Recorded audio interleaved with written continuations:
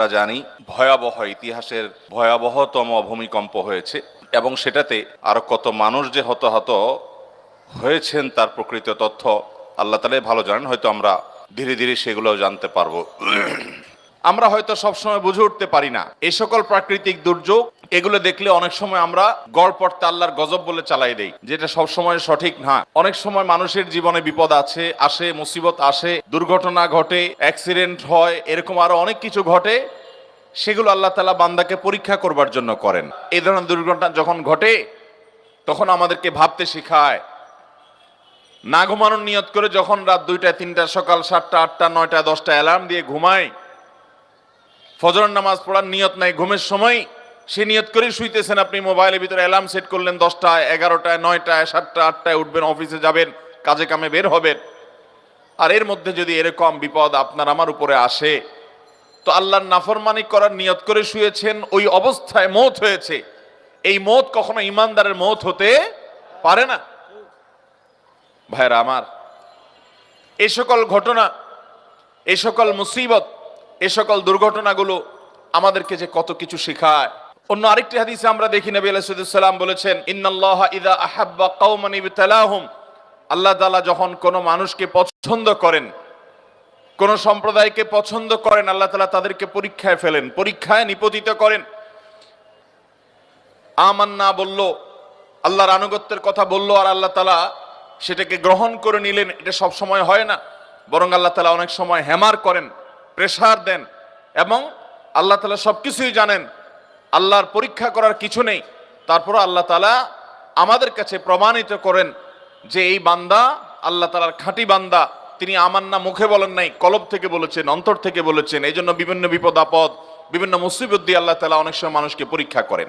অতএব এই যে প্রাকৃতিক যত দুর্যোগ হয়, সেটা ঝড় হোক, জলোচ্ছ্বাস হোক, কোনো দুর্ঘটনা হোক, ব্যক্তি জীবনে হোক, পারিবারিক জীবনে হোক, কোনো একটা ছোট্ট সমাজে হোক, একটা দেশের জন্য হোক, পৃথিবীর বড় অংশ জুড়ে হোক, এগুলোকে সব সময় আমরা চোখ বন্ধ করে আল্লাহর গজব হিসাবে চালাবো না। বিশেষ করে যখন ঈমানদারদের উপরে পতিত হবে, সেটা হতে পারে আল্লাহর পক্ষ থেকে পরীক্ষা, আবার হতে পারে আমাদের কোনো অপরাধের কারণে, কোনো পাপের কারণে, কোনো গুনাহের কারণে আল্লাহ রাব্বুল আলামিন আমাদেরকে শাস্তি দিচ্ছেন। কারণ আল্লাহ তাআলা কোরআনে অন্য আয়াতে বলেছেন, যাহারাল ফাসাদু ফিল বাররি ওয়াল বাহরি বিমা কাসাবাত আইদিন নাস,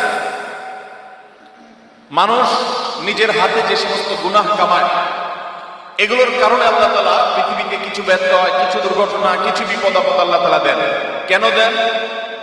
লিযিকাহুম বা'দাল্লাযী আমিলু, যাতে করে তাদের হাতের করা অপরাধ, নিজেদের কামাই করা গুনাহ, এগুলা কিছুটা শাস্তি, কিছুটা ভোগ, কিছুটা এগুলোর স্বাদ, অর্থাৎ এগুলোর প্রায়শ্চিত্ত যাতে কিছুটা তারা দুনিয়াতে করে ফেলে, যাতে করে তারা এই সমস্ত ঘটনা থেকে শিক্ষা গ্রহণ করে ফিরে আসতে পারে আল্লাহর দিকে। মোহতারাম হাজরিন,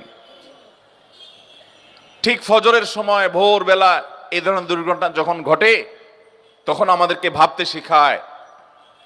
না ঘুমানোর নিয়ত করে যখন রাত 2টা 3টা সকাল 7টা 8টা 9টা 10টা অ্যালার্ম দিয়ে ঘুমায়, ফজরের নামাজ পড়ার নিয়ত নাই, ঘুমের সময় সে নিয়ত করেই শুইতেছেন, আপনি মোবাইলের ভিতরে অ্যালার্ম সেট করলেন 10টায় 11টায় 9টায় 7টা 8টায় উঠবেন, অফিসে যাবেন, কাজে কামে বের হবেন। আর এর মধ্যে যদি এরকম বিপদ আপনার আমার উপরে আসে, তো আল্লাহর নাফরমানি করার নিয়ত, এই সকল মুসিবত, এই সকল দুর্ঘটনাগুলো আমাদেরকে যে কত কিছু শেখায়। একটা শহর শেষ হয়ে যাচ্ছে সামান্য 1 মিনিট সময়ের মধ্যে।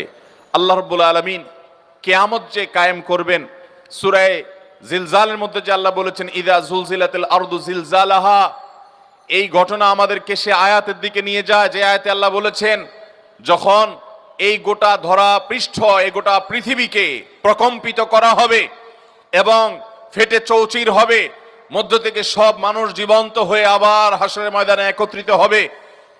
কিভাবে গোটা পৃথিবীর এই সংসার ভেঙে শেষ হয়ে যাবে, ইস্পাত সভ্যতা এবং ইট বালুর এই দালান, এই সভ্যতা, এটা কিভাবে চুরমার হয়ে মাটির সাথে মিশে যাবে, আজকের কিছুটা অনুমান করা যায় কি যায় না? আল্লাহ রাব্বুল আলামিন আমাদেরকে শিক্ষা অর্জন করার তৌফিক দান করুন। মোহতারাম